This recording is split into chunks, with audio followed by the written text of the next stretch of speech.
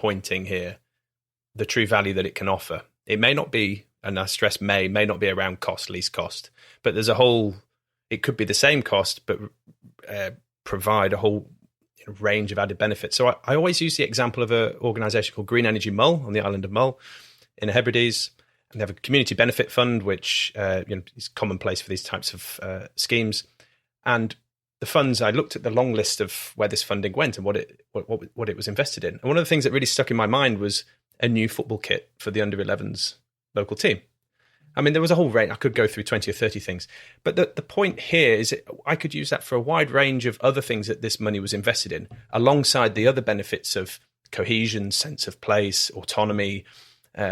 What do you think we should be pushing at and selling community energy as, in terms of what it does? Because I wonder whether that's the next step in terms of promoting it, that we need to really pinpoint to your average Joe out there what it can do for them. So I think it comes down to, we need to look at how we can measure that additional social benefit, that's additional social value, in a way that is simple to understand and isn't too burdensome in terms of the bureaucracy or about gathering that data. So there are different reports out there, but nothing that really looks at it across the piece. And I think we've got reports that are about to come out or have just come out show social return on investment from community energy at the least being 3-1, but we found ones up to 25-1 depending on the project.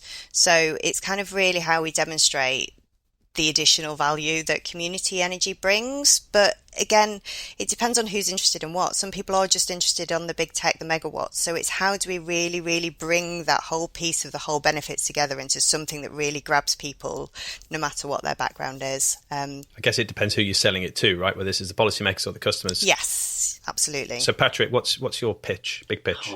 I'm really uneasy about the whole language that you're framing this in, because I think one of the fundamental problems we've had for ages is that cost-benefit analysis rules, and if we can't show that it's cheaper to do X rather than Y, then it doesn't float. So I think Emma's absolutely right that until we're able to allocate importance to non-monetary costs, other kinds of ways of recognising benefit outside of financial way, then I think it's very difficult to capture some of these nuances. I also think that community groups have been about delivery. Emma's been talking about the need for action, getting on with it, not just theorising. That's what community groups have been doing for a long time. And then we say, well, hold on a second, haven't you got detailed numerical indicators of the quantified impacts of your work over years? Yeah. And of course they don't, because they want to get on with it. So I think it's been a bit unfair. It is a nut that can be cracked, but I have to come back as an academic maybe to the conceptual thing, which is that if we see tackling net zero as a society as not just a technical fix, it should be about societal transformation in local places. And it's about how do we make places better places to live, but also places that are effective in responding to the environment and climate emergency. And that has to be about more than just what's the cheapest way to do renewables deployment or net zero, etc. We have to take those other things into account. And if we can do that, then I think we're onto a winner. So before we finish our interview, I'd like to turn us to something very kind of practically focused, because this podcast is all about, it's a solutions-based look, very practical. So I'd like both of your thoughts. For someone listening to the pod that's interested in this idea and interested in community energy, but perhaps isn't engaged in it already, what can they do to get engaged? What can they do to start to make a difference? I'd say first off, look at our website, or if you're in Scotland, Community Energy Scotland, or Wales, Community Energy Wales. There's, we've got a raft of information on there to explain. Have a look at our vision for 2030 and our State of the Sector report in particular. It's as simple as there's lots of share offers out at the moment, so you can invest from as little as £50, or as well as getting involved through volunteering your skills. There's so many different ways, but yeah, just have a look at the website first and get in touch if you are interested. Yeah, and complementing what Emma's just said, I'd say check out your local notice boards and neighbourhoods, work with the community groups that are already there, find out what their needs are. Think about community facilities, shared facilities like village halls, places where people can gather and come together. Often you've got rickety buildings which need to be spruced up. Can you do something around PV around that, or better quality insulation? There's lots of things in local neighbourhoods and communities where people have reasons to come together, and you can connect that up with the energy transition agenda we're talking about in net zero emissions. You don't necessarily need to start there, and as Matt said, you don't need to finish there. There's the under-11 football team strict need as well.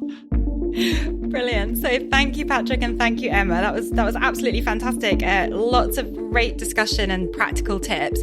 I'm hoping that you can both stay on and join us for Future or Fiction, Fraser's absolute wonderful creation that he loves to share with us each episode. So Fraser, over to you.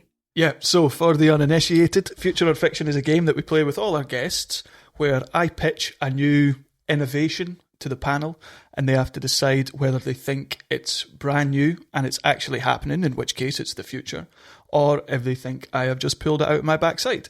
So, today's innovation is a space for community. A space for community. So, reflecting the wonderful panellists we've got on today, this is about community ownership. As billionaires and tech agencies around the world ramp up their space exploration efforts and set about effectively colonising our nearest planetary neighbours, community groups in the US have banded together to launch a legal claim to ensure that any use of natural resources in places like Mars can lead to public good rather than becoming exclusively a new means of private profit. Do we think this is actually happening, or do we think it's fiction? Come to Emma first. Every time you do this, I always think, oh, no, it's totally true. So, but I'm not sure with this one. I hope so. I hope someone's thinking about that. I mean, I think there's probably more urgent things people need to be thinking about. But yeah, no, I'm going to go with future. I'm pretty sure it's happening too. And if it isn't, I think it should be.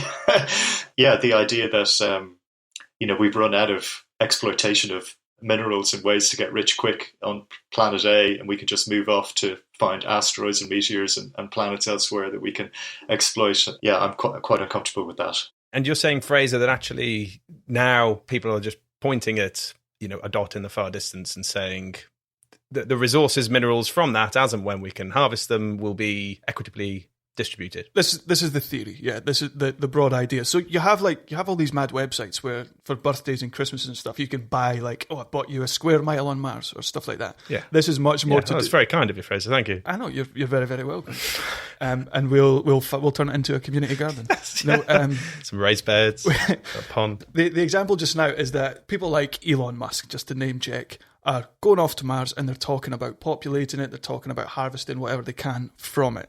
The idea here is that to counteract that, community groups are banding together to bring the fruits of that into some kind of community public ownership. But see, now you said community groups in the States yes, are banding together. See, that's where you've thrown me off. I feel like if you told me kind of community groups in, Sweden was doing that, I might be more bought into this. So anywhere in particular? Can you narrow it down more than just America? Not especially, no. America in the US. That's where the main conversation is happening. I think this is definitely happening. I am kind of get this image of kind of sandal-wearing folk on the Star Trek Enterprise, and this. I'm trying to kind of bring the two worlds together of cutting-edge space travel and community cooperative thinking. But I think it's real. I'm going to challenge your thought of community and cooperatives having to be sandal-wearing groups. Ooh, stereotypes coming out. Listen, I'm a trustee. I wear a pair of lovely sandals when the weather's right. Community energy does have an image problem. Well, only amongst academics. Hold on a second.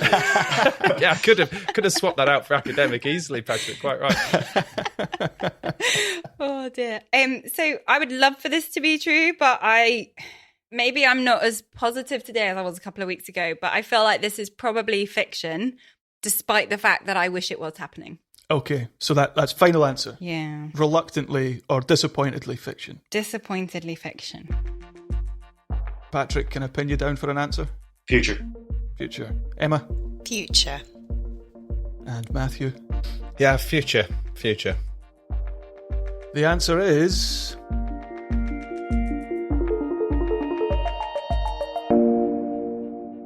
fiction. Oh. I think. I haven't got one right in 2021 yet.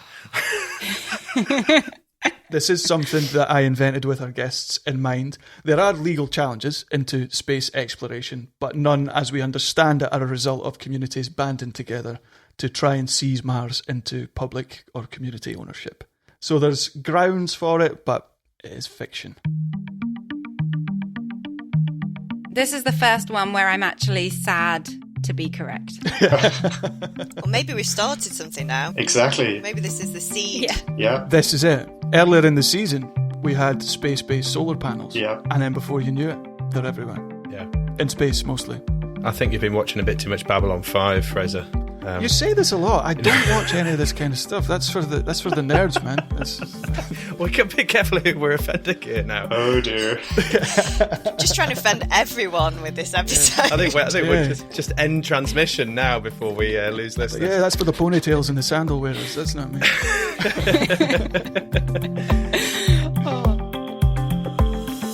Well, I think all that's left to say is to thank Emma and thank Patrick again for such wonderful contributions to today's show. We've really enjoyed having you on board, particularly for Future or Fiction.